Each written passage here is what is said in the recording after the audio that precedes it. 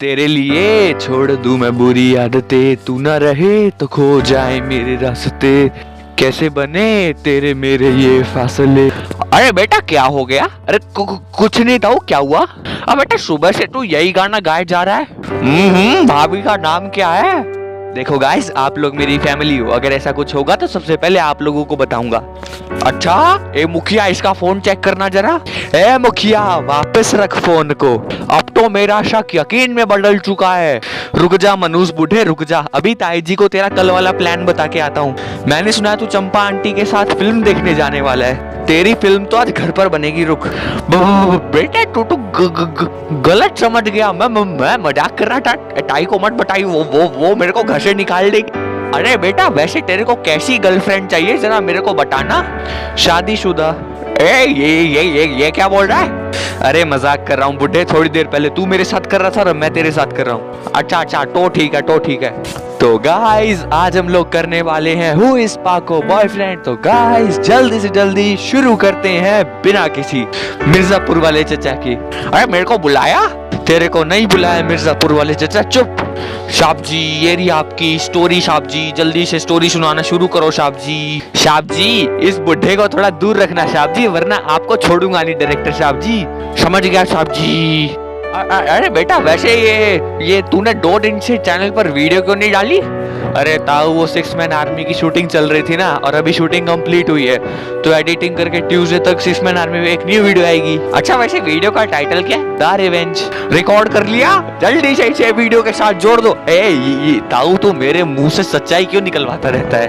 मजा आता है। आजा घूम जा, तेरे को और मजे देता हूँ। क्या?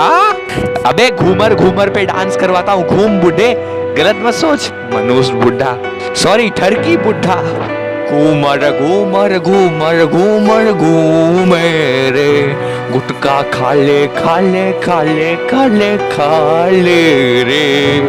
साहब जी डायरेक्टर साहब जी, मैंने आपको क्या बोला था साहब जी? इस मनुष्य बुढ़े को निकाल नहीं सकता बुढ़े। साहब जी अभी निकालता हूँ साहब जी। ए बुढ़े भाग। तो गाइस हम लोग देखते हैं कि जैसे ही स्टोरी शुरू होती है, परमैन और पाको पेट्रोलिंग कर रहे होते हैं और तभी उन्हें एक बैंक रॉबरी की खबर आती है। और तभी जैसे ही वो उस बैंक में पहुंचते हैं, वहां पर काफी सारे लोग बैंक लूटने के लिए आए थे, लेकिन परमैन उनका प्लान फेल कर देते हैं। और परमैन उन गुंडों को बोलते हैं भाग जा भूतनी के, आज के बाद दिखना मत यहाँ पे।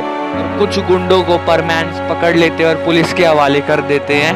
उसके बाद हम लोग देखते हैं कि अगले ही दिन जैसे ही परमैन नंबर 1 न्यूज़पेपर पढ़ रहा होता है, तभी वो देखता है कि उनकी न्यूज़पेपर में आई हुई है।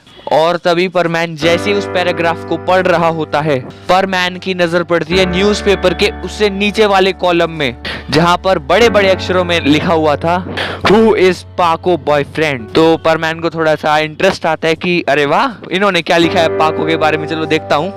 तो न्यूज़पेपर वाले लिखते हैं कि पाको एक बहुत ही गुस्सैल लड़की है। सूत्रों के माने तो सभी परमैन को काफी ज्यादा परेशान करती है और जल्दी ही उसे परमैन स्क्वाड से बाहर निकालने वाले हैं, और उसका कोई बॉयफ्रेंड नहीं है। तो जैसे ही परमैन ये पढ़ता है, उसे इतना गुस्सा आ जाता है, वो बोलता है कि अबे इस डायरेक्टर की तो। साहब जी क्या हो गया साहब जी? आपने मेरे को बुलाया साहब जी, मेरी क्या गलती है साहब जी? अबे बुढ़े तेरे को नहीं बोल रहा हूँ, स्टोरी में लिखा हुआ है।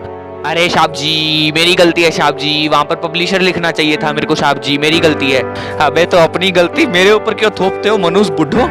हाँ तो उसके बाद परमैन फुल स्पीड से न्यूज़पेपर के पब्लिशर के पास जाता है कि ये न्यूज़ आपको किसने दी कि पाको जल्दी ही परमैन स्क्वाड से निकलने वाली है। तभी न्यूज़पेपर का पब्लिशर काफी ज्यादा डर जाता है क्योंकि परमैन काफी ज्यादा गुस्से में होता है।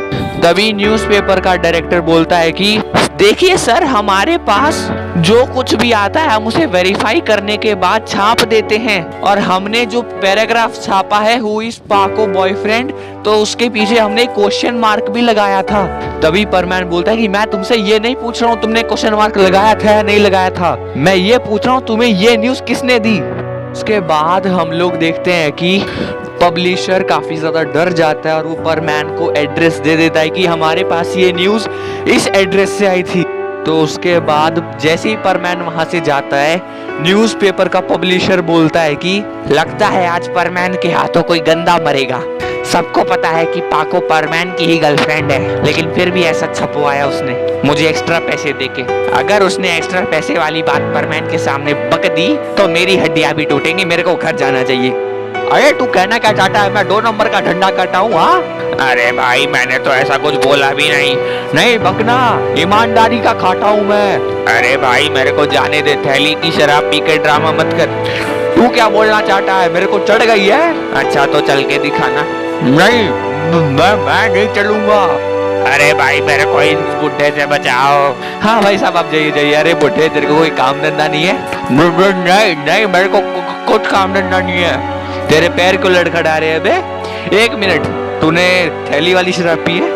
साहब जी ये थैली की शराब क्या होती है साहब जी? अरे वो जो ठेके के बाहर 20 रुपए पर लीटर मिल रही थी, जो कि खराब थी, जिसे पीने के बाद दस्त लग जाते हैं। ये ताऊ वो दारू पी के बैठा है।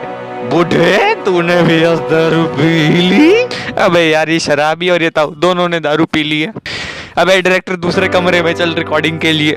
उसके बाद हम लोग देखते हैं कि परमैन उस एड्रेस पर पहुंच जाता है। तो जैसे ही वो वहां पर पहुंचता है वो देखता है कि वो घर खाली पड़ा हुआ है। वहां पर काम करने वाला नौकर ही था। तो परमैन उसका कॉलर पकड़ लेता है कि बताओ इस घर का मालिक कहां पर है। तभी वो आदमी बोलता है कि साहब जी तो अपने पर्सनल आइलैंड पर गए हैं। तो उसके बाद परमैन उस आइलैंड की लोकेशन मांगता है। तो उसके बाद वो वेटर भी काफी ज्यादा डर जाता है परमैन की इस लुक से। तो उसके बाद वो भी उसे उस आइलैंड की लोकेशन बता देता है। दूसरी तरफ हम लोग देखते हैं कि पाको पायान परमैन ड्यूटी पर वेट कर रहे होते हैं, लेकिन परमैन काफी देर के बाद भी नहीं आता है। तो पाको को काफी ज्यादा गुस्सा आ जाता है कि ये परमैन हमेशा लेट करता है। तो उसके बाद हम लोग देखते हैं कि पाको पायान बूबी सभी जाते हैं मिक्सुओ के घर मिक्सुओ को बुलाने के लिए। लेकिन वहां पर रोबोट उन्हें बताता है कि मिक्सुओ तो काफी देर पहले ही चला गया था, क्या वो तुम्हें नहीं मिला? उसके बाद पायान मिक्सुओ के बेड पर बैठ जाता है और मिक्सुओ के रोबोट से कुछ पूछने लगता है कि रोबोट आखिर मिक्सुओ यहाँ से कैसे मूड में गया था। तभी रोबोट बताता है कि जब मैं कमरे के अंदर आया तो मैंने मिक्सुओ को काफी ज्यादा गुस्से में देखा। तो उसके बाद मैंने देखा कि वो सीधा बाहर की तरफ उड़ गया और शायद उससे पहले वो न्यूज़पेपर में कुछ पढ़ रहा था। तभी पायान बोलता है कि तो शायद हो सकता है कि मिक्सुओ के जाने की वजह ये न्यूज़पेपर हो। तो उसके बाद पायान उस न्यूज़पेपर को पढ़ने लगता है और वो देखता है कि कल वाली बैंक की न्यूज़ भी उस न्यूज़पेपर में थी। तो उसके ठीक नीचे हु इस पाको बॉयफ्रेंड भी लिखा हुआ था। और जैसे ही पायान वो पढ़ता है ना, उसे काफी ज्यादा बुरा लगता है और वो ये सब पाको को दिखाता है। तो उसके बाद पाको बोलती है कि ये किसने लिखवाया होगा। तभी पायान बोलता है कि हो सकता है कि परमैन न्यूज़पेपर के पब्लिशर के पास गया हो इसी बात का पता करने के लिए। तभी पाको बोलती है कि ठीक है हम सब को फिर जल्दी जाना चाहिए वहां पर। पाको ऐसे बीच में थोड़ा सा कुछ रुक कर सोचने लगती है। उसके बाद वो तीनों न्यूज़पेपर के पब्लिशर के पास चले जाते हैं और वो बोलते हैं कि क्या परमैन यहाँ पर आया था। तो उसके बाद वो न्यूज़पेपर का पब्लिशर काफी ज्यादा डर जाता है। उसे लगता है कि परमैन नंबर 1 गुम हो चुका है और ये परमैन अब उसे ढूंढेंगे। और वो मना कर देता है कि नहीं मैंने नहीं देखा है, क्योंकि उसे इस बात का भी डर था कि अगर उसे पता चल गया कि परमैन उसकी वजह से गुम हुआ है फिर तो उसकी धुलाई पक्की थी। तो तीनों परमैन वहां से चले जाते हैं। तभी वो न्यूज़पेपर पब्लिशर सोचने लगता है कि अबे यार ये चंद पैसों के लिए मैंने क्या मुसीबत मोल ले ली। दूसरी तरफ हम लोग देखते हैं कि जैसे ही परमैन उस आइलैंड पर पहुंचता है ना, उस पर अचानक से बंदूक तान दी जाती है और बोलते कि हिलना मत परमैन, वरना हम तुम्हें गोली मार देंगे। तभी परमैन की नजर एक आदमी पर पड़ती है जिसने उसके ऊपर बंदूक तान रखी थी। उसके बाद वो बोलता है कि हमारे बॉस तुमसे मिलना चाहते हैं। तभी परमैन बोलता है कि लेकिन मैं तो नहीं मिलना चाहता ना उनसे। तो उसके बाद वो लोग बोलते हैं कि हमारे साथ चल रहे हो या हम तुम्हें गोली मार दें। तो उसके बाद परमैन उन सभी के साथ चला जाता है। तो जैसे ही परमैन एक कमरे के अंदर जाता है वो बेहोश हो जाता है। तो असल में उन गुंडों ने उस कमरे में बेहोशी की दवाई मिलाई हुई थी। उसके बाद वो परमैन के हाथ बांध देते हैं। उसके बाद वहां पर वही चोर आ जाते हैं जो कल बैंक लूट रहे थे और उनका बॉस उनको बोलता है कि क्या यही था वो परमैन जिसने तुम्हें बैंक लूटने से रोका था। तभी वो गुंडे बोलते हैं कि हाँ बॉस यही है वो परमैन। लेकिन इसके साथ तो 3 परमैन्स और थे, वो नहीं आए। तभी उनका बॉस बोलता है कि रुको जरा, सब्र करो, इसकी मौत के बाद वो सारे परमैन्स भी सहम जाएंगे और काफी डर भी जाएंगे। और मुझे यही चाहता हूं बस कि मेरा खौफ लोगों में बना रहे। इसे एक काम करो, इसे हेलीकॉप्टर के साथ बांधकर शहर में छोड़ दो, हेलीकॉप्टर ब्लास्ट में ये मारा जाएगा। तभी उनमें से एक आदमी बोलता है कि सर, हमें इसकी जान लेने के लिए हेलीकॉप्टर बर्बाद करने की क्या जरूरत है। तभी उनका बॉस बोलता है कि अगर ये हेलीकॉप्टर से मरा तो इसके बचने के कितने % चांस होंगे? 0%, क्योंकि अगर हेलीकॉप्टर में हम लोग डायनामाइट भी लगा देंगे और हेलीकॉप्टर का टैंक भी पूरा फुल होना चाहिए ताकि पूरा शहर इस भयानक धमाके को सुन सके। तभी उनमें से एक गुंडा बोलता है कि सर, लेकिन अगर परमैन बच गया तो? तभी उनका बॉस बोलता है कि मेरे पास उसके लिए भी एक प्लान है, वो उसके बाद तो परमैन बचेगा भी नहीं। तुम जल्दी से जल्दी तैयारी करो, परमैन को एक हेलीकॉप्टर में डाल के शहर में छोड़ दो। तभी वो गुंडे बोलते हैं कि ओके बॉस। दूसरी तरफ सभी परमैन्स ने लगभग पूरा शहर छान मारा था, लेकिन परमैन नहीं मिल रहा था। तभी ये बात न्यूज वालों को भी पता चल जाती है। तो न्यूज पर कुछ इस प्रकार से आ रहा था, चैन से सोना है तो जाग जाइए, बढ़ चुके हैं गुटखे के रेट और लोग कह रहे हैं हम करेंगे थोड़ा सा वेट। वाह भाई वाह, डायरेक्टर कितनी बार बोला इन लोगों को अंदर मत घुसने दिया कर। साहब जी, मैं क्या करूं साहब जी, ये लोग घुस गए थे साहब जी, और मेरे को घुसाने की बात कर रहे थे साहब जी। सॉरी, मेरे को पाइप में घुसाने की बात कर रहे थे साहब जी, मारने पीटने की बात कर रहे थे साहब जी। अबे तो पूरा बोला करना, मेरे को भी कंफ्यूज करते हैं। मेरे से नहीं होगा यार ये इन लोगों का। तो न्यूज वाले को जैसे बोले थे कि परमैन पिछले 8 घंटों से लापता है, लेकिन परमैन को गायब हुए अभी बस 3 ही घंटे हुए थे, लेकिन उन लोगों ने तो न्यूज बना दी शायद परमैन रात को अपनी ड्यूटी करने गया था और वो वापस नहीं आया है। तभी वो न्यूज एंकर पाको से पूछता है कि क्या आपको पता है परमैन कहाँ है और कब गुम हुआ था? तभी पाको बोलते हैं कि वो आज सुबह 4 घंटे पहले गुम हुआ था और चिंता मत कीजिए, हम उसे ढूंढ लेंगे। इतना सब कहने के बाद सभी लोग पूरे शहर में इधर उधर घूमने लगते हैं कि आखिर परमैन चला कहाँ गया। और हम लोग देखते हैं कि उसी बैंक में वही चोर फिर से डाका डालते हैं। इस बार तो हमें रोकने वाला परमैन भी यहाँ पर नहीं है। तो उसके बाद जैसे ही वो बैंक लूट कर जा रहे थे, वहां पर पायान, बूबी और पाको उनका पीछा कर रहे होते हैं। तभी वो चोर बोलते हैं कि शिट, इन तीनों का कुछ क्यों नहीं किया बॉस ने, अभी ये तीनों हमारे पीछे पड़ गए हैं। अगर बॉस ने इनको भी रास्ते से हटा दिया होता तो हम आज आराम से चोरी कर रहे होते। तो उसके बाद हम लोग देखते हैं कि सारी तैयारियां हो चुकी होती है। परमैन को एक हेलीकॉप्टर के अंदर डाला जाता है जिसके अंदर एक डायनामाइट होता है और उस हेलीकॉप्टर का फ्यूल टैंक भी बिल्कुल फुल होता है। उसके बाद हम लोग देखते हैं कि 2 बॉडीगार्ड्स हेलीकॉप्टर को उड़ाकर शहर की तरफ लेके जा रहे होते हैं। तभी हम लोग देखते हैं कि वो हेलीकॉप्टर काफी नीचे से उड़ रहा था। तभी वार्निंग अलर्ट बज जाता है और पूरे शहर को सूचित कर दिया जाता है कि एक हेलीकॉप्टर काफी नीचे से उड़ रहा है। तो जैसे ही परमैन उन्हें रोकने के लिए वहां पर पहुंचते हैं, तभी 2 लोग हेलीकॉप्टर से कूद जाते हैं और हेलीकॉप्टर एक बहुत ही बड़ी बिल्डिंग से टकराने वाला होता है। तभी वो बोलते हैं कि बस अब थोड़ी ही देर में परमैन का किस्सा हमेशा हमेशा के लिए खत्म हो जाएगा। तभी हम लोग देखते हैं कि बूबी की नजर काफी ज्यादा तेज होती है। तो बूबी ये देख लेता है कि हेलीकॉप्टर के अंदर परमैन बैठा हुआ है और वो हेलीकॉप्टर नीचे टकराने वाला है और परमैन को भी होश आ चुका होता है। वो झटपटा रहा होता है बस वहां से किसी तरीके से बचने के लिए, लेकिन उसे कोई भी रास्ता नहीं मिल रहा होता है। तभी ये बूबी पाको और पायान को बता देता है। तो जैसे ही पाको और पायान को पता चलता है, वो हेलीकॉप्टर के पास जाने लगते हैं। तो हम लोग देखते हैं कि हेलीकॉप्टर उस बड़ी सी बिल्डिंग से टकरा जाता है और उसके बाद हेलीकॉप्टर नीचे गिर जाता है, लेकिन वो ब्लास्ट नहीं होता है। तभी उनमें से एक गुंडा उनके बॉस से पूछता है कि बॉस, हेलीकॉप्टर ब्लास्ट कैसे होगा? तभी उनका बॉस बोलता है कि शिट, मैं डायनामाइट का बटन लेके आना तो भूल ही गया, वो तो आइलैंड पर रखा हुआ है। तभी हम लोग देखते हैं कि काफी सारे लोग वापस आइलैंड की तरफ जाने लगते हैं ताकि वो बटन लेके आ सके।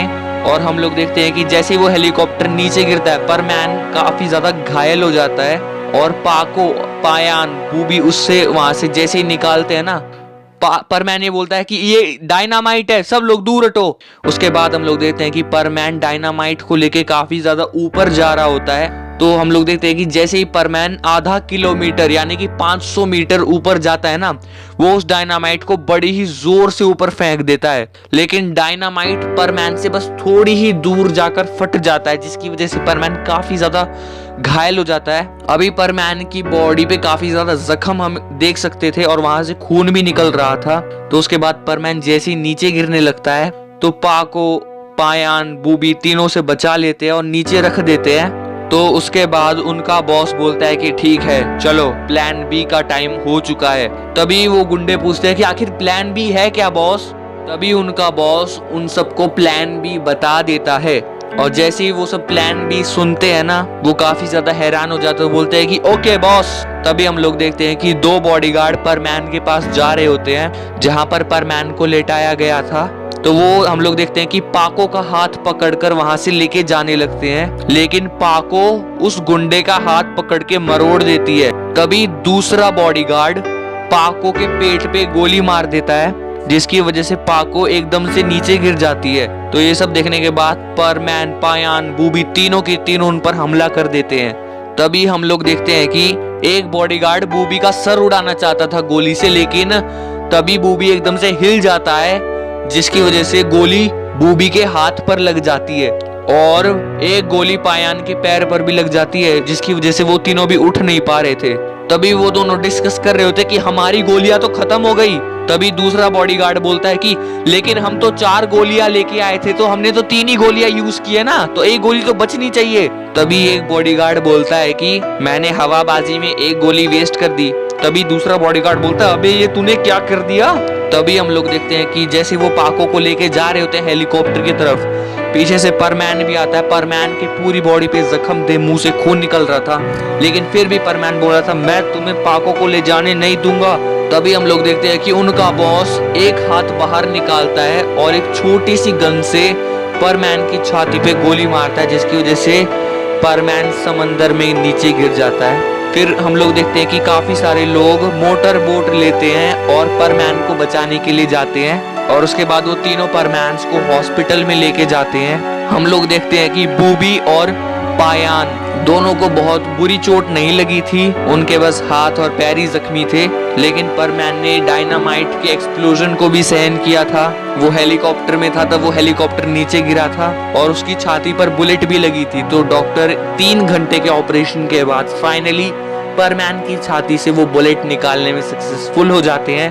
तो उसके बाद परमैन को पूरे 12 घंटे के बाद होश आता है और तभी हम लोग देखते हैं कि परमैन डॉक्टर से एक ही बात पूछता है कि डॉक्टर मैं कहाँ पर हूँ। तभी डॉक्टर उसे बोलते हैं कि तुम हमारे हॉस्पिटल में हो। और हम लोग देखते हैं कि हॉस्पिटल के बाहर काफी सारे लोग खड़े हुए थे जिनकी आज तक परमैन ने हेल्प की थी। वो सभी लोग परमैन के लिए प्रे कर रहे थे कि परमैन जल्दी से जल्दी ठीक हो जाए।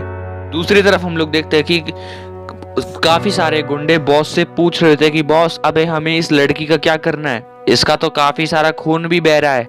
तभी उनका बॉस एक लेडीज को भेजता है और वो लेडीज जाकर पाको की मरहम पट्टी कर देती है। उसके बाद काफी टाइम तक पाको को होश नहीं आता है। तो उसके बाद उनका बॉस बोलता है कि ठीक है अभी ये मेरा आदेश है कि इस लड़की को एक कमरे में बंद करके डायनामाइट से उड़ा डालो।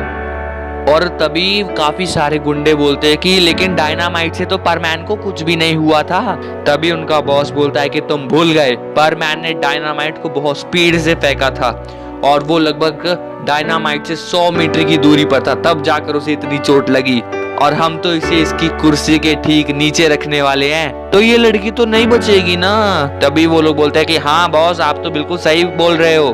तभी उनका साइंटिस्ट जो वो बॉम्ब्स बनाता है वो बोलता है कि सर इस बार हमारे पास बटन वाला बॉम्ब नहीं है, इस बार हमारे पास टाइम बॉम्ब है जिसमें लगभग 5 मिनट लगते हैं फटने में। तभी हम लोग देखते हैं कि वो उनका बॉस बोलता है ठीक है टाइम बॉम्ब लगा दो उसकी कुर्सी के नीचे। उसके बाद वो ये मैसेज परमैन तक भिजवा देता है कि मैंने तुम्हारी पाको के नीचे टाइम बॉम्ब लगा दिया है, अगर बचा सको तो बचा लेना अपनी पाको को। तो जैसे ही परमैन को ये बात पता चलती है, परमैन बोलता है एक बार मुझे बस जाने दो, ये बचेगा नहीं। तभी डॉक्टर बोलता है कि मैं तुम्हें इसकी परमिशन नहीं दूंगा परमैन, तुम अभी काफी ज्यादा घायल हो और अगर इस हालत में तुम उनसे लड़ने के लिए जाओगे वो तुम्हारा कचुम्बर निकाल देंगे। तभी वो बोलता है कि तो मैं अपनी पाको को मरने तो नहीं दे सकता ना, और मेरे अंदर काफी ज्यादा ताकत है, मैं उन्हें देख लूंगा। तभी हम लोग देखते हैं कि परमैन लुढ़कते हुए ठीक नीचे गिर जाता है और तभी डॉक्टर बोलता है कि देखो बच्चे, मेरे को तुमसे ज्यादा एक्सपीरियंस है, तुम अभी अपने पैरों के ऊपर खड़े भी नहीं हो पा रहे हो, तुम उनसे क्या लड़ोगे।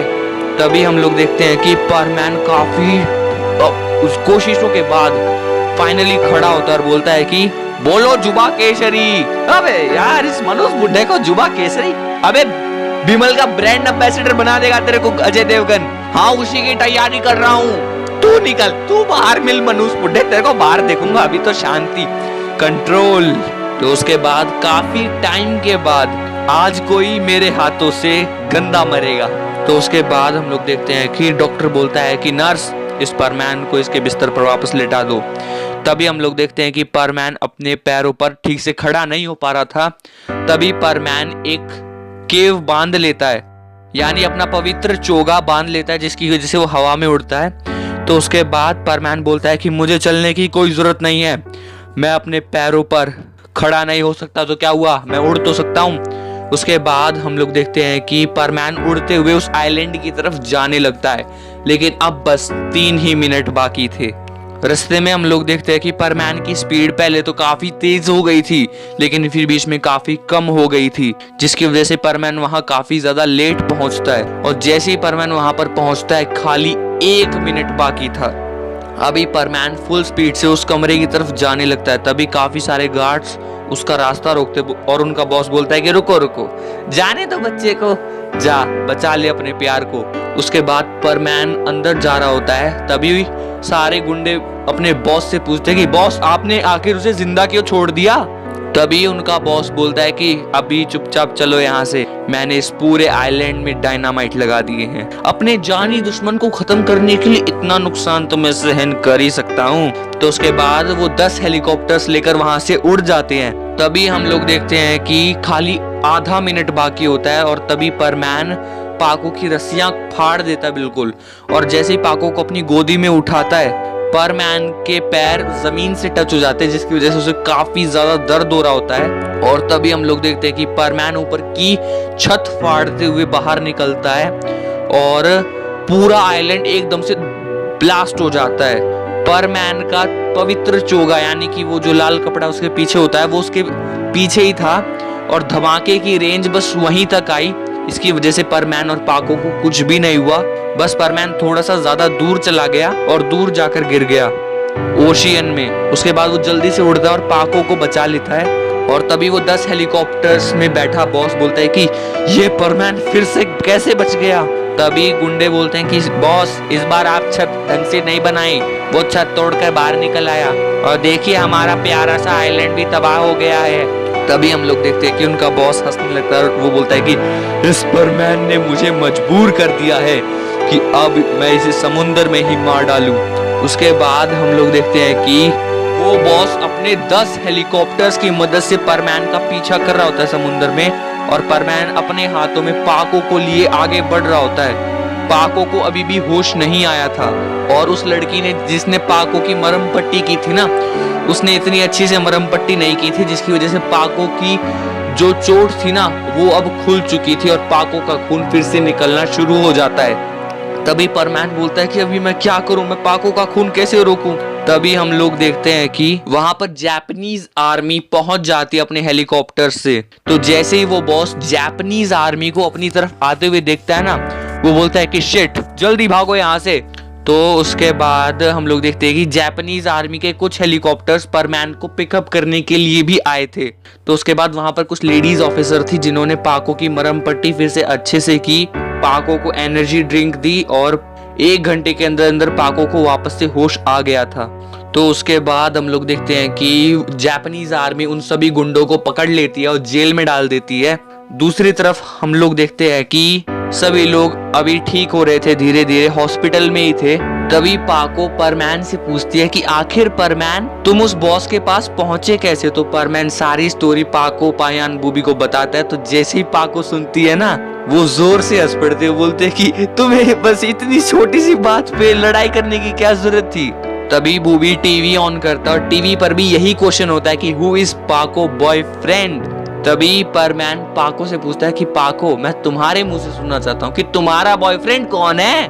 तभी पाको बोलती है कि परमैन तुम मेरे बॉयफ्रेंड नहीं हो। जिसके बाद हम लोग देखते हैं कि परमैन को थोड़ा सा हर्ट होता है। वो बोलते हैं कि क्या मैं तुम्हारा बॉयफ्रेंड नहीं हूँ पाको। तभी पाको बोलते हैं बिल्कुल भी नहीं, परमैन मेरा बॉयफ्रेंड नहीं है। तो ये बात जैसे पायान और बुब्बी सुनते हैं ना, वो काफी जोर से हंसना चाहते थे। और उसके बाद पायान और बूबी उस कमरे से उठकर चले जाते हैं और परमैन के थोड़े बहुत आंसू आ जाते हैं। तो उसके बाद परमैन पूछता है कि पाको आखिर तुम्हारा बॉयफ्रेंड है कौन। तभी पाको बड़े प्राउड से बोलते हैं कि मेरा बॉयफ्रेंड तो मिक्सुओ सुआ है। तो जैसे ही परमैन ये सुनता है, वो जल्दी से जाके पाको को एक टाइट हग कर लेता है। और उसके बाद पाको परमैन पर हंसने लगते हैं और बोलते हैं कि जरा तुम अपनी शक्ल देखो, तुम रोने को गए थे। तभी परमैन पाको को हक करते हुए रोने लगता है। जिसके बाद पाको भी हंसना बंद कर देती है और पाको परमैन से माफी मांगती है कि मुझे माफ कर दो परमैन, मुझे शायद तुम्हारे साथ ऐसा मजाक नहीं करना चाहिए था। तो उसके बाद हम लोग देखते हैं कि पाको उसे अपने बेड पर लेटा लेती है और हम लोग देखते हैं कि अचानक से पूरे हॉस्पिटल की लाइट चली जाती है और जिस कमरे में परमैन थे ना, उस कमरे का डोर इलेक्ट्रिकल था। तो जब तक लाइट नहीं आएगी वो दरवाजा नहीं खुलने वाला है। तभी डॉक्टर पूछता है कि लाइट क्यों नहीं आई है। तभी वो लोग बोलते हैं कि सर, वो जो हेलीकॉप्टर था ना, जब उसे जापानीज आर्मी उठा रही थी तभी एक बिजली का खंभा गिर चुका है। तो यानी अगले 12 घंटे तक बिजली नहीं आने वाली है। लेकिन जिन पेशेंट्स की इमरजेंसी है उनका काम हम जनरेटर से चला देंगे, चिंता मत करो। दूसरी तरफ हम लोग देखते हैं कि कमरे में चारों तरफ अंधेरा था, कमरे में कोई भी नहीं था, सिर्फ पाको और परमैन थे। और हम लोग देखते हैं कि परमैन पाको को हक करके सो रहा था। तो गाइस, इसी के साथ इस स्टोरी को हम लोग खत्म करते हैं। यार, इस बुढ़े ने मेरे दिमाग में भड़क दे दी है और इस डायरेक्टर को भी आज छोड़ूंगा नहीं मैं। अबे डायरेक्टर, यहाँ पे आ। हाँ साहब जी, क्या हुआ साहब जी? ये ले तेरे 250 रुपए। साहब जी, अपनी तो 2500 रुपए की बात हुई थी साहब जी, तेरे बाकी के पैसे काट लिए मैंने साहब जी। पर मैंने ऐसा क्या किया साहब जी, आपने मेरे बाकी के पैसे काट लिए साहब जी। एक तो तेरी ये ओवर एक्टिंग साहब जी बोलना बंद कर। ठीक है साहब जी, ये 250 रुपए भी वापस दे साहब जी। आगे से साहब जी नहीं बोलूंगा साहब जी। अबे यार, इस बुढ़े का क्या करूं। चल, तेरे को मैं एक टास्क देता हूँ, ये नंबर ले और इस नंबर पर फोन करके आई लव यू बोल दे, तेरी पूरी तनख्वाह। सच्ची साहब जी, नंबर देना साहब जी। मिल रहा है साहब जी, घंटी जा रही है साहब जी। हेलो, हाँ आई लव यू, फोन काट दिया साहब जी। अब मेरे पैसे दो साहब जी। वैसे कौन था दूसरी तरफ? चंपा आंटी थी। आय साहब जी, ये क्या कर दिया साहब जी? ताऊ को पता चल गया तो वो तो थैली की शराब पी के मेरे को मारेगा साहब जी। और अभी उस बुढ़े की भी वाट लगाता हूँ, रुको जरा। ताई जी, मुझे पता चला है कि ताऊ चंपा आंटी के साथ कल एक रोमांटिक पिक्चर देख के ने जाने वाले हैं। हे भगवान, इस बुढ़े को तो कोई काम धंधा ही नहीं है। पिछले एक हफ्ते से मैं बोल रही हूँ बेटा कि मेरे को फिल्म दिखाने ले चलो, लेकिन ये बुढ़ा मेरे को नहीं लेके जाता, सिर्फ हमारी पड़ोसी के पीछे ही पड़ा रहता है। बेटा, तू मेरा बेटा है ना? हाँ ताई जी, मैं आपका बेटा हूँ। क्या हुआ? बेटा, मेरा एक काम कर दे, मेरा सारा सामान पैक कर दे, मैं ट्रेन के सामने कूद जाऊंगी। अरे ताई जी, आपको जान देने की कोई जरूरत नहीं है। तो बेटा एक काम करूँ, दरवाजे के पीछे एक डंडा रखा है, मुझे वो दे दे। हाँ ये लो ताई जी। सन की बुढ़े तेरी। हाँ बच्चों की टाई, क्या हो गया तेरे को, रो क्यों रही है? अभी बताती हूँ। हाँ बताना, वेट कर रहा हूँ मैं। क्या मतलब मैं मार खाने वाला हूँ? आए